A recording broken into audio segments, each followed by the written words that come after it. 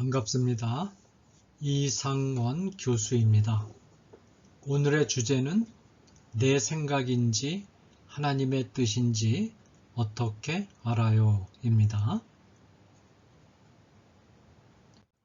이 주제는 청소년 미래 세대의 고민 1, 3부 비전 진로 7개 주제 중에서 6번째 주제입니다. 이런 질문이 제시되었습니다. 하나님께서 직접 음성을 들려주시는 경우는 거의 없잖아요. 보통의 경우는 기도하면 어떤 마음을 주셨다고 하면서 응답받았다고들 하는데 이게 진짜 하나님의 뜻인지 어떻게 아나요? 단순히 내 생각을 하나님의 뜻으로 착각한 것일 수도 있잖아요. 내 생각과 하나님의 뜻을 구별하는 법을 알고 싶어요. 네, 이 질문에 대한 저의 답변입니다. 질문을 보니 친구가 한 가지 중요한 진리를 잘 이해하고 있다는 게 느껴져서 마음이 뿌듯해요. 그 진리란 우리가 기도할 때 하나님께서 음성을 들려주시는 경우는 거의 없다는 거예요. 이 점은 매우 중요해요. 하나님은 왜 직접 음성으로 응답하지 않으실까요? 성경을 읽어보면 하나님이 직접 말씀하시는 경우가 많이 있어요. 그 시대에는 하나님의 말씀이 성경책의 형태로 완전히 다 기록되기 전이었기 때문에 하나님이 말씀으로 당신의 뜻을 전달하셔야 했지요. 그러나 오늘날에는 우리 안에서 우리와 직접 관계하시는 성령님이 계세요. 성경에 보면 성령님에 대해 이렇게 말씀하고 있죠. 그러나 진리의 성령이 오시면 그가 너희를 모든 진리 가운데로 인도하시리니 그가 스스로 말하지 않고 오직 들은 것을 말하며 장래 일을 너희에게 알리시리라. 요한복음 16장 13절 말씀이죠. 여기서 들은 것은 성부와 성자에게 들은 것, 즉 삼위일체이신 하나님의 뜻을 뜻해요. 삼위일체이신 하나님의 뜻이 지금은 이미 성경에 기록되어 있죠. 그러므로 성령님은 각자가 처한 상황에 맞게 하나님의 뜻을 우리에게 알려주시되 성경에 기록된 말씀 안에서 응답하세요. 성경에 기록된 것 외에 다른 말씀을 우리의 귀에 들리게 음성으로 역사하지는 않으신다는 거예요. 그래서 성경 말씀을 읽고 공부하고 묵상하는 시간을 많이 갖는 것이 중요해요. 성경 말씀을 잘 알면 알수록 하나님의 뜻을 분별할 수 있는 능력이 향상되지만 말씀에 대한 지식이 부족하면 하나님의 뜻을 분별할 수 있는 능력이 떨어지기 때문이죠. 또한 성령님은 우리를 인도하실 때 우리의 의사와 상관없이 하나님의 뜻을 무조건 따르라고 강요하지 않으세요. 때로는 우리 생각도 하나님의 뜻을 담는 도구로 사용하시지요. 이에 대해 바울은 이렇게 말하고 있어요. 너희 안에서 행하시는 이는 하나님이시니 자기의 기쁘신 뜻을 위하여 너희에게 소원을 두고 행하게 하시나니. 빌립보서 2장 13절 말씀이에요.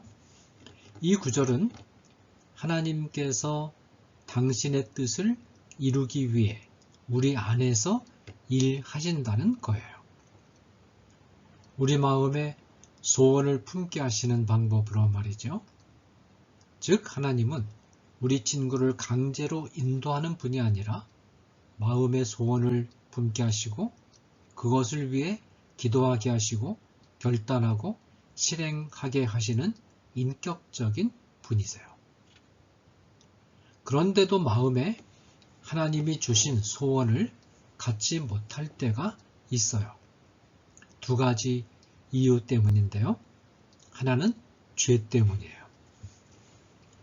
아담과 하와는 타락하기 전에 하나님과 같은 마음을 품고 늘 그분과 교제하면서 살았기 때문에 하나님의 뜻을 바로 알 수 있었어요.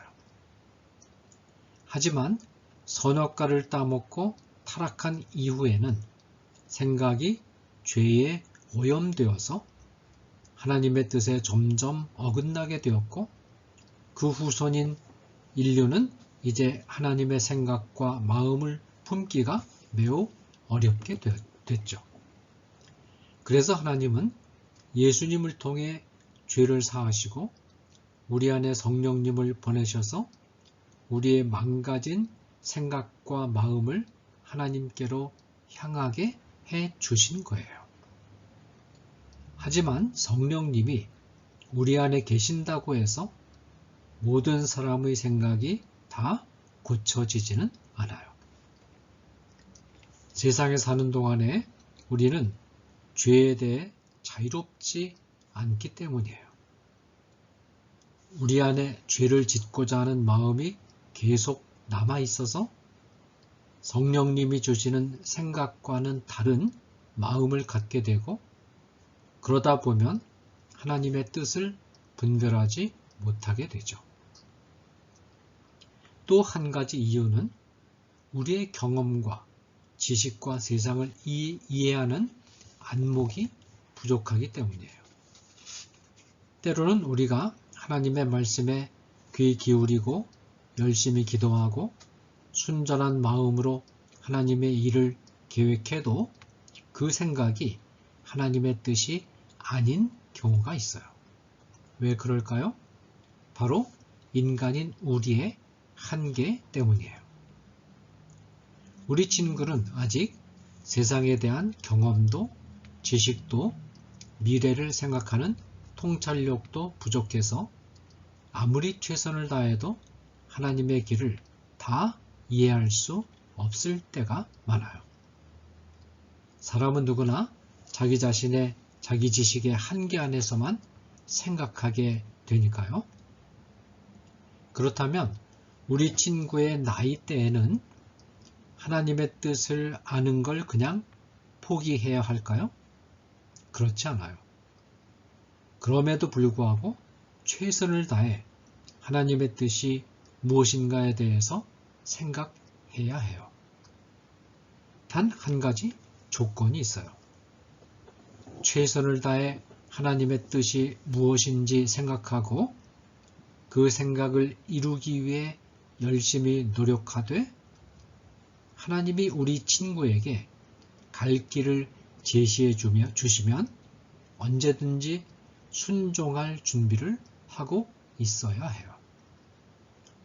우리가 우리의 한계 때문에 알 수 없는 최선의 길을 전능하신 하나님은 이미 아시고 그 길로 이끄시기 때문이에요.